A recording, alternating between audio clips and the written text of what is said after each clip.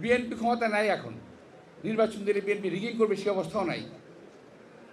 কেউ যদি ভাবেন যে আমরা একেবারেই আসমান থেকে নাজিল হয়েছি এবং আমরা সমস্ত কিছু আমাদের দখলে, সারা বাংলাদেশ আমাদের সমর্থনে আছে, সুতরাং আমরা যা খুশি তাই করব, এটা কিন্তু খুব ভালো লক্ষণ নয়।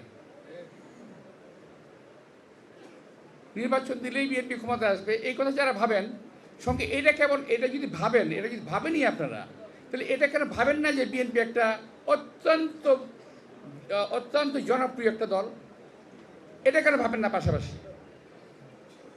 বিএনপি ক্ষমতা নাই, এখন নির্বাচন দিলে বিএনপি রিগিং করবে সে অবস্থাও নাই।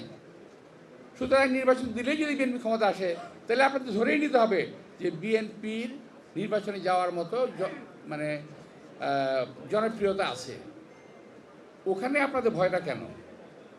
জনপ্রিয় একটা দল যদি ক্ষমতায় যায়, আপনাদের অসুবিধা কী?